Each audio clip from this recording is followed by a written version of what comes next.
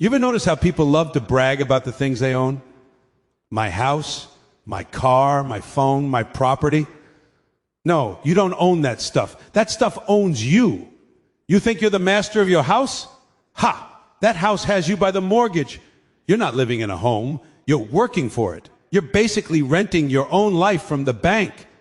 And every month you send a thank you letter called a payment. And the more stuff you buy, the more you got to protect it. You buy a fancy car, and suddenly you're checking the driveway like a paranoid raccoon at 2 a.m. You buy a big TV. Now you got to get an alarm system, security cameras, and a dog named Bitey. Pretty soon you're not relaxing. You're on patrol duty for your own junk. And people say, I want to own land. Really? You ever try not paying your property tax? Go ahead, see how long you own that land before the government comes to remind you who really runs the place. You're not a landowner. You're a long-term guest with paperwork. We've built our whole lives around this illusion of ownership. We buy, we store, we insure, we upgrade, and then we die. And someone else gets to sell it on Facebook Marketplace. That's not ownership, folks. That's babysitting. And the best part, they tell you to buy property to gain freedom. Freedom. You're chained to interest rates, taxes, maintenance, and a lawn that never stops growing. That's not freedom. That's a full-time job. So yeah, you don't own property. Property owns you. And it's laughing every time you sweep the driveway, mow the lawn, or polish the car. You ever notice how everyone keeps saying, I own this, I own that? My car, my house, my land, my business, my phone, my dog, my time. People throw around the word my like they invented the alphabet. It's amazing. We live in a world where everyone thinks they're the owner, but no one realizes they're actually the property. You don't own things. Things own you. You just happen to be the caretaker with a credit score. Let's start with the basics. Your house. Ah, yes, the great symbol of success. The American dream, or whatever they're calling it this century. Own a home, they said. It's an investment, they said. Sure. You buy a house, and what happens? You sign a mountain of papers so tall you need a hiking permit. Then, for the next 30 years, you send money to a bank so you can pretend to live in something that technically still belongs to them. Miss a few payments and watch how fast your dream gets repossessed. That's not ownership. That's a 30-year audition for a building. And don't forget property taxes. You could pay off your mortgage completely, burn the deed, and shout, I own this land. But skip your taxes and the government will show up to remind you who really owns it. You're not a homeowner. You're a long-term tenant with delusions of grandeur. They let you keep your keys as long as you pay rent to the crown. It's the same system we've had for centuries. We just replaced kings with accountants. People say, well, I own my car. Oh, really? You mean that shiny piece of metal that loses half its value the second you drive it off the lot? You don't own it. You feed it. Gas, insurance, maintenance, repairs. It's like having a pet that eats your paycheck and still complains about oil changes. And when it finally dies, you have to pay them to take it away. If that's ownership, I'd hate to see what renting looks like. You know who owns your car? The state. Try not renewing your registration. Suddenly your beautiful automobile becomes an expensive lawn ornament. Try driving it without insurance. Boom, it's impounded faster than you can say I own it. The truth is your car belongs to the government, the insurance company, and the mechanic. You're just the lucky one who gets to clean it. And phones, oh, everyone loves their phones. It's my phone. No, it's not. It's a portable surveillance device with a payment plan. You think you own it because you picked the color. But the company decides what it does, when it updates, how it works, and when it dies. And when it does die, they make sure it's too expensive to repair so you can buy another one. That's not ownership. That's a subscription to anxiety. And the funniest part, we brag about it. We walk around like digital cowboys showing off our gear. Look at my phone, my tablet, my laptop, my smartwatch. Buddy, all those things are tracking you, selling your habits, recording your voice, and feeding it into a database you'll never see. You don't own the technology. The technology owns you. You're not the customer, you're the product. Now, let's talk about land. Oh, the sacred illusion of land ownership. Every human civilization has fallen for that one. I own this piece of earth. You ever notice how ridiculous that sounds? You can't own a planet. You're a temporary guest here. You don't own land. You rent space on a spinning rock for a few decades before it recycles your body into soil. You think nature cares about your property lines? The trees, the rain, the worms, they've been here longer than your paperwork. And yet people fight wars, draw borders, and build fences just to claim a patch of dirt that will eventually cover them. You can't own dirt, you can't own air, and you definitely can't own water, but they'll sell it to you anyway. Everything that was once free now comes with a bill. The system doesn't sell you ownership, it sells you permission. Permission to live, to move, to breathe, as long as you can pay for it. And the banks love this game. They figured out the perfect trick. Convince people that debt is power. Own your home, they say, while handing you a 30-year sentence. Invest in your future. They say while you drown in interest, they're not giving you loans. They're giving you leashes. And people wear those leashes proudly. They call them mortgages, car notes, student loans. But it's the same old system with a prettier name. You're not a property owner. You're property with a payment plan. But the best illusion of all, we think owning things makes us somebody. We tie our identity to our stuff. You meet someone and the first thing they do is give you a list of what they own. I've got a house, a car, a business, a boat. Oh, good for you. You've collected tokens in the Monopoly game of life. None of it's real. You're just renting time and the clock's ticking. And it's not just big stuff. People think they own little things too. Clothes, furniture, gadgets. Ever moved apartments? You suddenly realize you've been living in a storage unit. Boxes of stuff you forgot you even had. You spend half your life buying it, the other half trying to find space for it, and then you die and your family has to sell it at a garage sale for 25 cents a piece. That's the circle of ownership. We even think we own ideas.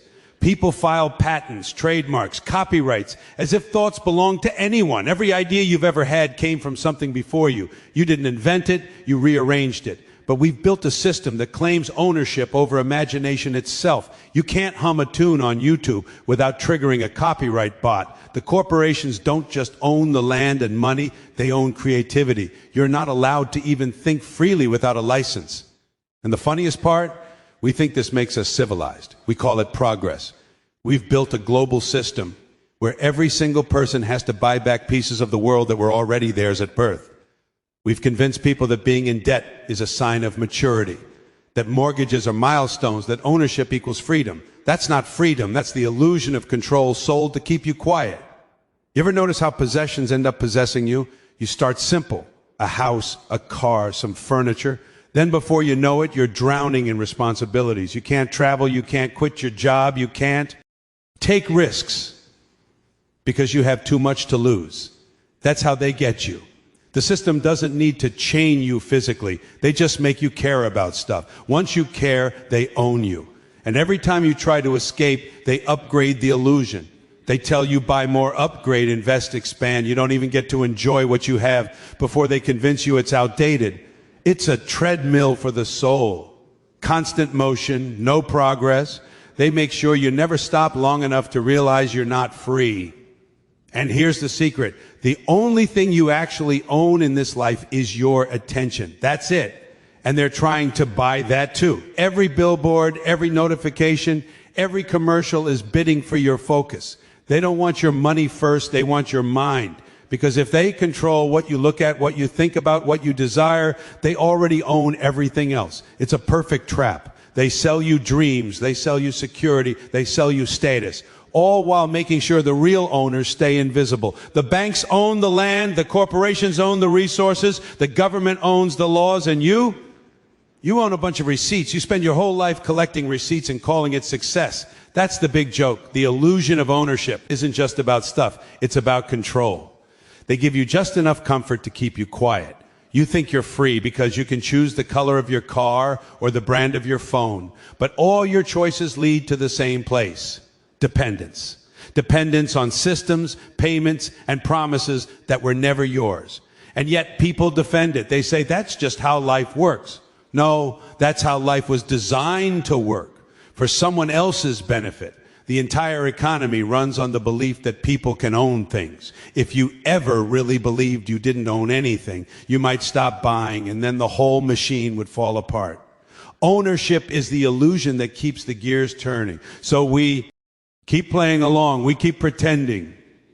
We keep saying my house, my car, my property, as if saying it enough times will make it true, but deep down you know the truth. The things you own, they're just on loan. You don't own them. You maintain them until someone else takes your place. You don't control them. They control you. That's the illusion of ownership. A grand, well-marketed fantasy that keeps us busy, broke, and believing we're free. And maybe, just maybe, the moment you stop believing in it is the first time you actually are. You ever notice how people act like owning more stuff somehow means they've made it? The more they collect, the prouder they get. They don't even talk like human beings anymore. They talk like storage units. I've got 2 cars, 3 TVs, 4 streaming subscriptions, 5 pairs of sneakers I never wear. They sound like an inventory list with legs. Somewhere along the line, we decided that happiness is measured by the number of boxes in your garage. We've built a world where everyone's chasing the next thing. People don't even buy out of need anymore. They buy because they're bored, because the commercial had good lighting, because the influencer smiled while holding it. And the minute they get it, they're already planning the next purchase. It's like we replace religion with retail therapy. We don't pray at temples anymore. We worship at checkout counters. And you can see the slavery in their faces. Watch someone unbox a brand new gadget. That joy lasts about 15 seconds until they realize the thing has an update. Needs accessories, a subscription, a protective case, a special charger that costs extra. It's not a product, it's a project. And the company's already designing its replacement while you're still peeling off the plastic film. The more you buy, the more you serve. You become the caretaker of your own clutter. People spend their weekends organizing their stuff. They buy shelves, bins, labels, and digital apps just to manage the things they supposedly own. That's not ownership. That's employment. You're the full-time manager of a department store that no one shops at. And look at storage units. That's the monument to modern slavery right there. People pay rent for boxes to keep the extra things that didn't fit in their other boxes. We built entire buildings just to store regret. You drive by those long rows of metal doors and realize half the country is paying monthly fees to keep old furniture and broken treadmills they'll never use again. You're not free. You're just a customer with square footage.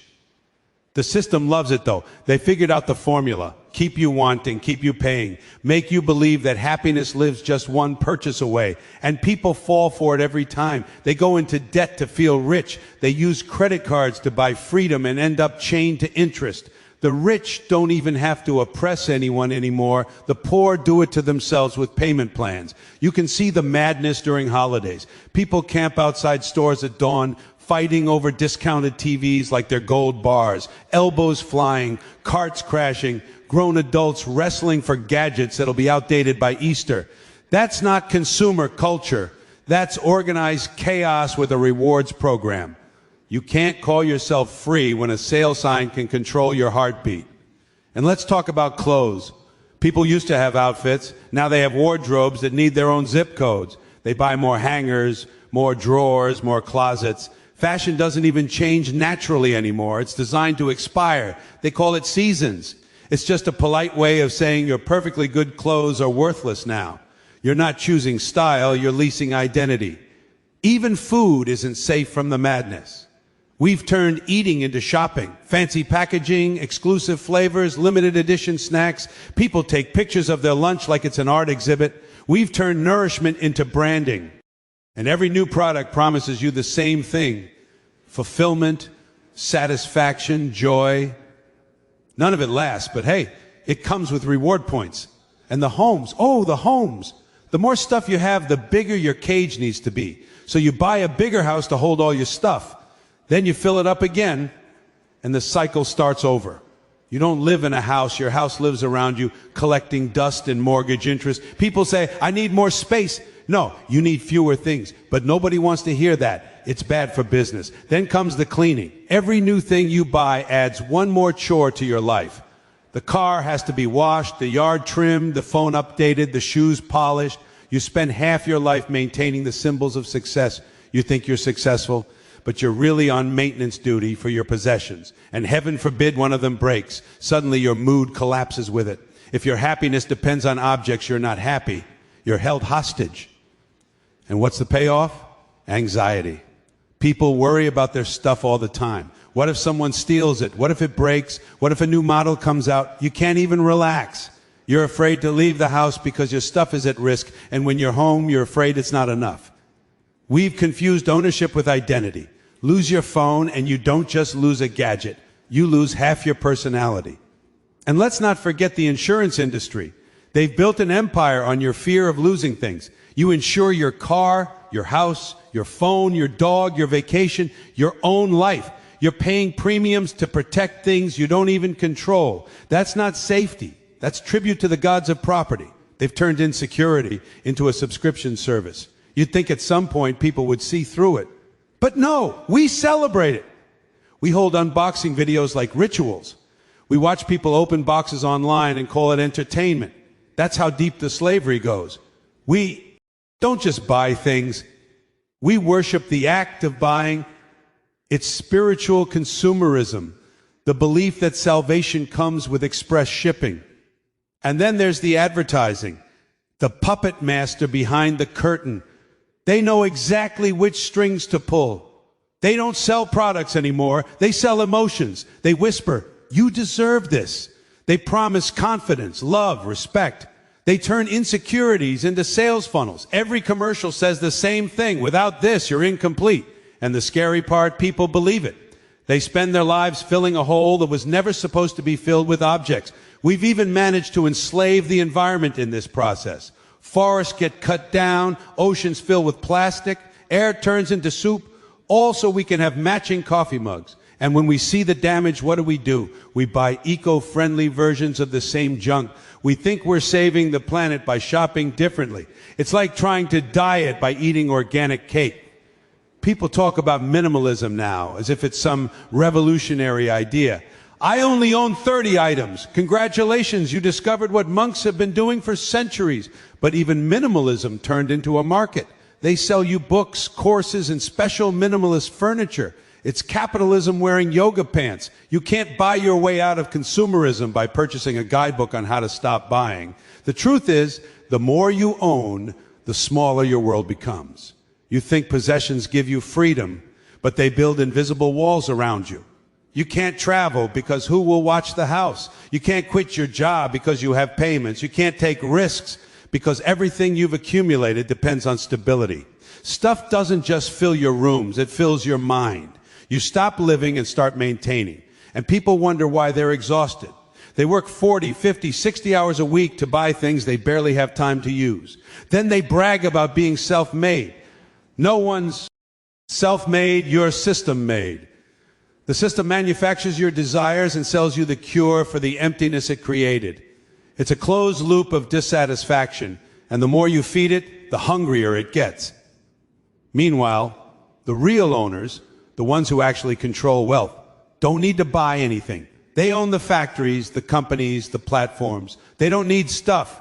They own your need for stuff. That's the highest level of freedom, when you don't have to chase objects because you own the chase itself. And what happens in the end?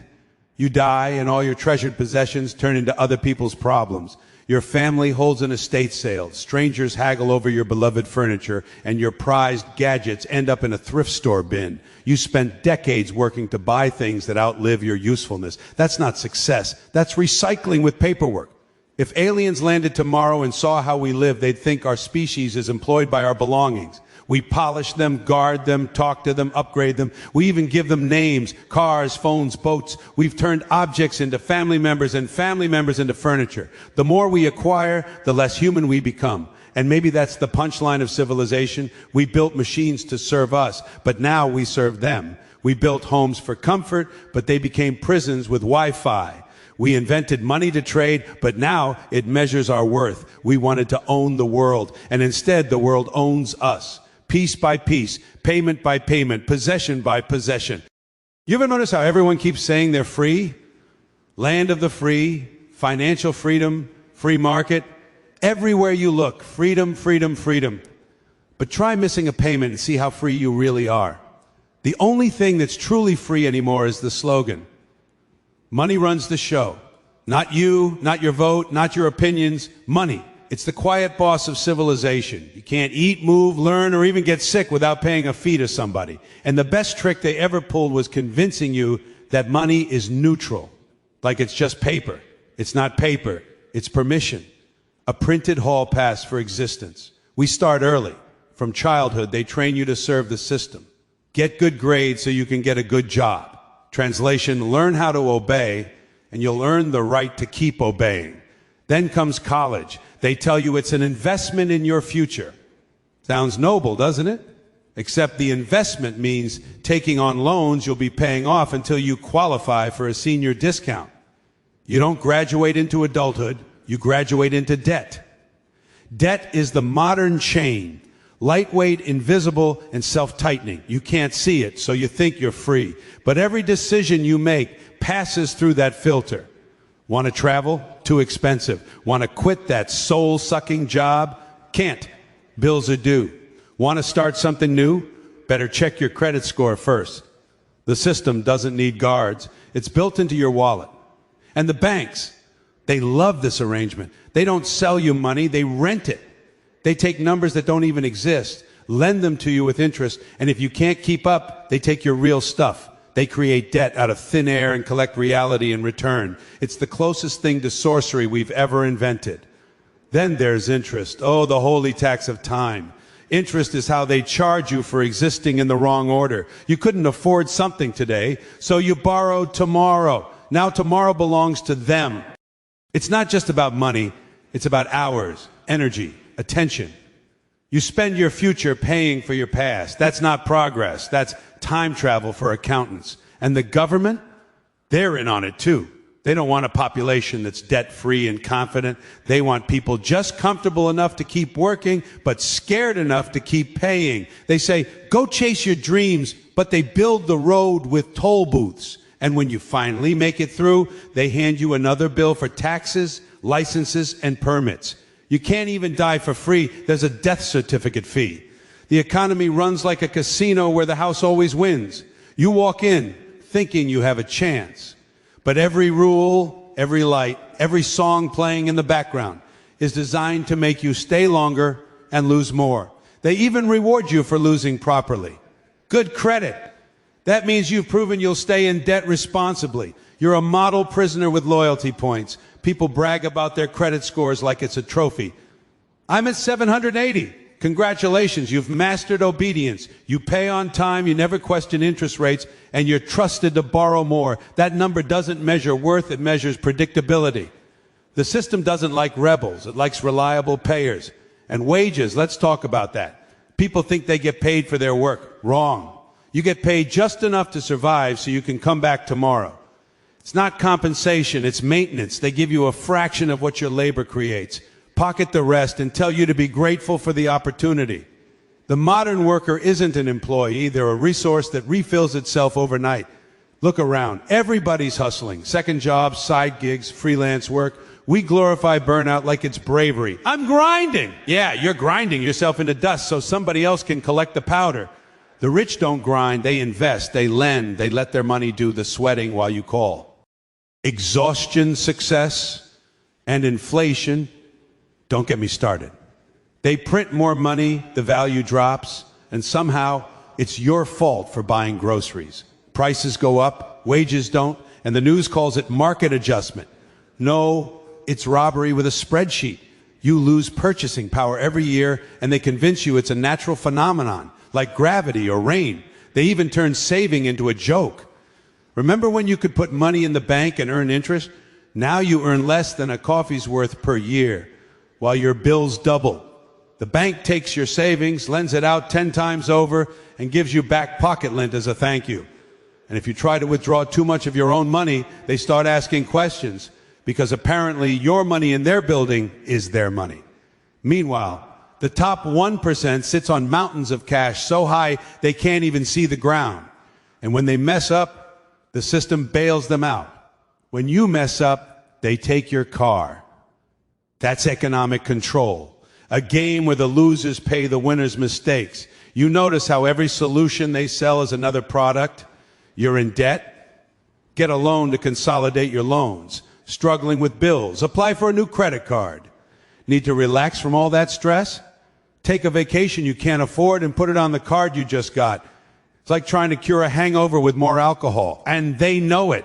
That's the genius of it. They sell you the problem and the cure in the same commercial break. And digital money, that's the next stage. Once cash disappears, control is complete. Every transaction tracked, every purchase analyzed. You can't even buy a sandwich without feeding data to a system that decides what ads to show you next. One day you'll try to buy something controversial, and your card will politely decline for policy reasons. When that day comes, don't say you weren't warned. Even language betrays us. We don't earn money, we make it. Like we're blacksmiths forging gold from air. But you can't make money, you can only transfer it. And the people at the top figured out how to collect everyone else's transfers without lifting a finger. The stock market isn't an economy, it's a scoreboard for greed. Companies lay off thousands, their stock goes up, and everyone claps. That's not capitalism, that's applause for destruction. They tell you if you work hard, you'll succeed. Sounds noble, right? But hard work only matters when someone values it. The janitor works harder than the hedge fund manager, but guess who gets the bonus? The system doesn't reward effort, it rewards position. And the ladder of success? It's greased. You climb, you slip, and the people on top tell you it's your fault for not having better shoes. People dream of financial independence, but most can't afford independence from their internet provider. Every bill you pay is a reminder that freedom is rented. You pay for electricity, water, health, education, safety, and even the illusion of choice. You think you're buying services, you're paying ransom to keep living. And yet, we defend it. We call it opportunity. We brag about being taxpayers, as if paying to exist is a badge of honor. We cheer when billionaires talk about innovation while we scrape by making payments. We worship the rich because the system taught us to. They're not just wealthy, they're the high priests of the money religion. And we tithe every payday. The cruel irony, the dollar itself is just faith. A piece of paper with no value except the one we all agree it has. And they use that belief to build skyscrapers, armies, and empires. People will fight wars for money that doesn't even exist until someone types it into a computer. The real economy isn't physical, it's psychological. Control the belief and you control the people. They even turn generosity into profit. You donate to a cause and someone's taking a management fee. You buy ethical products and half the revenue goes to marketing. The system sells virtue now. You can't just help. You have to buy your way into feeling helpful. They monetize guilt just like everything else. And through it all, we keep chasing bigger salaries, bigger titles, bigger bonuses. We call it ambition, but it's fear. Fear of falling behind, fear of being broke, fear of admitting the game is rigged. The system doesn't need whips or chains. It has anxiety and invoices. It keeps you running, not with punishment, but with promises. That's the quiet brilliance of economic control. They don't have to steal from you outright. They just convince you that debt is normal, that bills are part of life, that money equals worth. And once you believe that, you'll police yourself. You'll work overtime, you'll take extra shifts, you'll sacrifice time with family, all voluntarily because the bills must be paid. You're not just in an economy, you're in a psychological conditioning loop with currency symbols attached. And maybe the saddest part, people think it's temporary. Once I make enough, I'll relax. But there's no enough. The system moves the finish line every time you get close. You're never meant to win, you're meant to play. And the game only ends when you do. You ever notice how people love to say they're free? Oh, they love that word. I live in a free country. I've got financial freedom. I'm independent. Sure you are, pal. You're so free you've got a 30-year mortgage, a car loan, property tax, and a boss who decides when you're allowed to go to the bathroom. That's not freedom. That's a polite version of captivity. You just get to decorate the cage yourself. They tell you that buying property is the ultimate sign of success, that owning a home means you've made it. What they don't tell you is that once you sign those papers, you've just volunteered to be an indentured servant to interest rates and the lawnmower. You call it your house. The bank calls it collateral. And the funny part is, you think you chose it. You think you picked that house, that car, that life. Nope. You were programmed. Since the day you were old enough to understand a commercial, the system whispered in your ear, buy something, prove you exist, so you grow up chasing the dream. believing that every shiny purchase brings you closer to freedom, when all it really does is add another padlock to the chain. They even sell you the illusion of choice. You get to pick between brands, colors, and mortgage plans, and they call that freedom. That's not freedom. That's shopping. Real freedom isn't deciding between two kinds of chains. It's not wearing one at all. But try telling that to someone polishing their SUV like it's a trophy for surviving another week of employment. Freedom in modern life is like a subscription service. You pay every month to keep it active. You stop paying, poof, it disappears. You don't own your land, your car, or your time. You lease everything, including your sanity. You even lease your dreams, just long enough for advertisers to sell them back to you in smaller, shinier packages. And people will defend it. Hey, at least I'm free to work hard and buy what I want. Yeah, and the hamster's free to run on his wheel too. He's in great shape. He just never leaves the cage. They give you this myth of the self-made person. If you work hard, you can have anything. But what they don't mention is that most people work themselves to death trying to keep the things they already bought. You buy a house, and suddenly you've got bills, insurance, maintenance, HOA fees, and that neighbor named Carl who keeps reminding you about the fence line.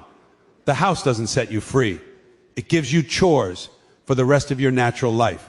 And every time you think you're getting ahead, the system moves the goalposts. You finally pay off your car, and they tell you it's outdated. You finish your mortgage, and the property taxes double. You retire, and they tell you healthcare costs are up. It's like running a marathon where the finish line keeps sprinting away from you. But here's the kicker. We love our captivity. We polish it, upgrade it, and show it off on social media. We say things like, look at my beautiful home, and look at my new car, as if we're showing off freedom. What we're really showing off is how well we've adapted to our leash. The system doesn't need to control you with force anymore. It just sells you comfort and calls it liberty. That's the secret. Comfort is the new control. Give people soft chairs, big TVs, and fast internet, and they'll never ask why they need to work 50 years just to afford it.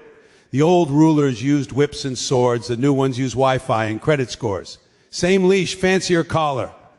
You ever see someone finally get rich enough to retire? They buy a big house in the suburbs, a few cars, maybe a boat. And what do? They spend all their time fixing things. The boat leaks, the roof leaks, the body leaks. Freedom becomes maintenance. You can't relax because you're busy protecting all the stuff you bought to make yourself feel free, and they tell you to take pride in it. Be responsible. Take care of your property. So you mow your lawn every week like it's a patriotic duty. You paint the fence, wash the car, polish the floor. Congratulations, you just became the unpaid janitor of your own possessions. You don't own that stuff, you serve it. Meanwhile, the people who sold it to you are on a yacht somewhere, laughing. They don't own much personally. They own you. They own your time, your effort, your fear of losing what you've worked for.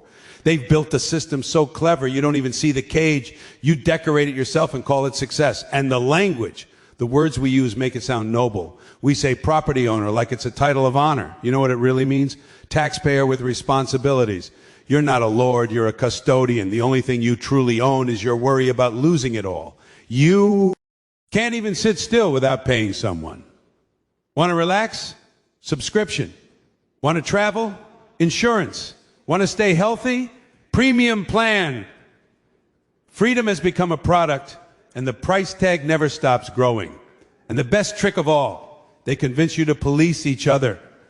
If someone doesn't play the game, doesn't buy the stuff, doesn't chase the dream, we call them lazy or unmotivated. That's how deep the programming goes. We've been trained to guard the very system that keeps us running in circles. We think we're free because we can complain on the internet or vote every few years or pick our favorite brand of sneakers. But real freedom isn't about having options. It's about not being trapped by them. And most people are so buried under bills and possessions that even if freedom knocked on the door, they couldn't answer. Too busy cleaning the garage. There's a strange irony. The more wealth people have, the more scared they become. Afraid of losing it, afraid of taxes, afraid of crime, afraid of change. They build fences, install alarms, hire guards, all to protect their freedom. But that's not freedom. That's paranoia in a 3-car garage. And every generation gets the same script. Work hard, buy things, retire happy. But the punchline never changes. By the time you've earned enough to relax, your body's too tired to enjoy it. Freedom becomes a souvenir, a story you tell the grandkids while you pay bills from your recliner. Maybe real freedom isn't in owning things. Maybe it's in owning your time, but that doesn't sell well, does it? You can't put peace of mind on a billboard. You can't finance doing nothing over 30 years. So they sell you a version of freedom that fits neatly into a shopping cart with interest. And people will still argue about it. But I love my home. I worked hard for it. Of course you did. You had to. That's how the system keeps the engine running. Pride in the grind. As long as you're proud of your chains, you'll never try to break them. The truth is, we traded wild freedom for organized comfort. We swapped open sky for Wi-Fi. We gave up our instincts for convenience. And now we confuse possession with purpose. We don't ask what makes us free anymore. We just ask what's on sale. So the next time someone says they're financially free, ask them one question. If you stopped working today, how long before the lights go out? That's the real test. Most of us would go dark faster than a light bulb in a cheap motel. That's modern freedom, a rented illusion that keeps the wheels turning. You don't own it, you just make payments on it. And the moment you stop paying attention, the moment you start thinking for yourself, that's when you'll see the bars of the cage. Not iron, not steel, but comfort, convenience, and a really good Wi-Fi signal.